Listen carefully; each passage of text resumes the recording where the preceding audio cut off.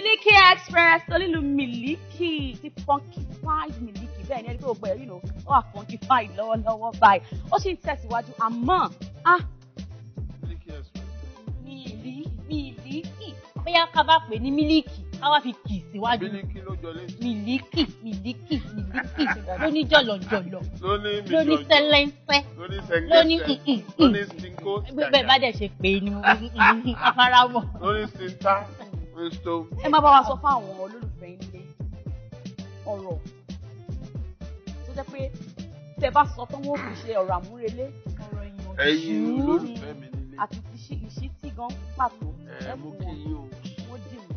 lórúkọ Ọlọ́run àní sú yín ṣùgbọ́n mo fẹ́ bẹ̀ yín lẹ́yìn olólùfẹ́ mi ẹ̀ ń pa wá díẹ̀ yí padà bí ẹ̀ ṣe ń pa wá ẹ̀gbẹ́ bọ̀ a fẹ́ràn yín ṣùgbọ́n ẹ̀ fẹ́ràn wa mú iṣẹ́ wa tó yẹ kẹ́ ẹ rà iṣẹ́ ayédèrú lẹ̀ ń rà iṣẹ́ wa tó yẹ kẹ́ ẹ fowó rà ó dọ́dún àwa nínú wọn máa dùn ká máa wúre fún yín inú túùbù lẹ̀ ti ń wò mẹ́mórì káàdì lẹ̀ ti ń wo fíìmù wa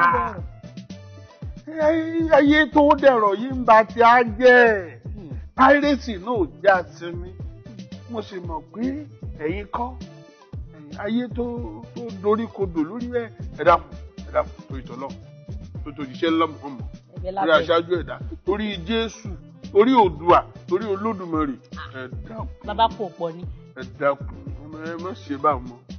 ṣé wàá rí lọ́wọ́ àwa náà fẹ́ padà sí eré orí ìtàgé ẹ wá wò wá lójúkorojú báyìí gba àwọn tẹ́ ẹ fẹ́ràn yìí ẹ wá wò wá lójúkorojú ẹ mọ̀ pé iṣẹ́ là ń ṣe.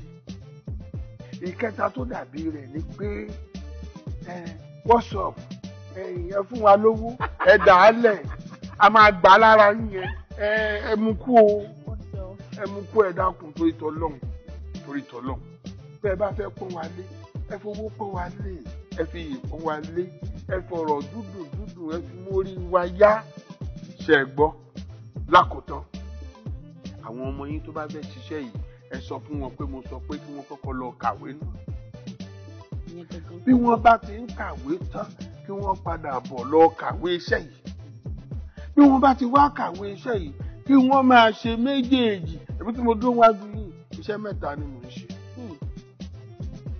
ń ṣe iṣẹ́ tíátà sinimá mo jẹ́ estate emergency gẹ̀ẹ́sì sọ consultant àtún ní estate management tá a manage akalọ́yà lẹ́gbẹ̀ẹ́ kan àtún wá jẹ́ ìránṣẹ́ Ọlọ́run yẹn àwa kì í fi jẹun wọn fáwa lówó àwọn ìbéèrè owó àwa ń sọ amen bring 1 million jáde o you will be blessed o àwa ò ń ṣe yẹn o tó yẹ yín ẹ jẹ́ kí oníkálùkù àwọn ọmọ yín kí wọ́n kàwé wọ́n bá kàwé tí wọ́n níṣẹ́ mi fúnṣẹ́ yìí yóò ràn wọ́n lọ́rùn ẹ bá wa sọ fún federal government state government local government kọ́kọ́ tíátà sí gbogbo àgbègbè wọn àti state wọn by doing that ó máa rọ̀ wá lọ́rùn ó máa rọ̀ yín lọ́rùn mo dúpẹ́ lọ́wọ́ gbogbo ẹ̀yin tẹ́ ẹ wá fún 50 years anniversary ẹ ṣé mo dúpẹ́ mo dúpẹ́ lọ́wọ́ ẹ̀yin tẹ́ ẹ wá ẹ ṣé mo dúpẹ́ mo fi àkókò yìí sọ fún yín pé láìpẹ́ a tún ń pè yín o fún lọ́ńchì ní ìwé wa láìpẹ́ láì jìnà a tún ń pè yín fún eré orí ìtàgé tá a fi bẹ̀rẹ̀ iṣẹ́ yìí tí gbogbo yóò wá pàdé mi ẹ ṣé púpọ̀ èyí lá máa bá àwa lá máa wá eré o. ọ̀rọ̀ lẹ́sìn gbọ́ látẹnu bàbá wa ó dá mi lójú pé nígbà tí ó bá ń di àsìkò launching àsìkò eré orí ìtàgé gbogbo ẹ̀ ti wá àtúgbà yín lálejò. bẹ́ẹ̀ni àlejò yẹn kẹ̀dẹ̀rẹ́ tẹ́ bá ti ń bọ̀ kẹ́ ẹ mú nǹkan bọ̀ wá fún mi o. wọ́n mú nǹkan. kẹ́ ẹ mú nǹkan bọ̀ wá fún mi o bàbá. wọ́n mú nǹkan bọ̀ wá fún mi. ló bá tán abúsì bébí ọmọ ilẹ̀ tó fọ́nkì. àbí àríjì báyìí lọ níbi abala ti ìgbàlejò kìíní tá a bá padà dé. Put a smile on your face no matter condition. Say yeah.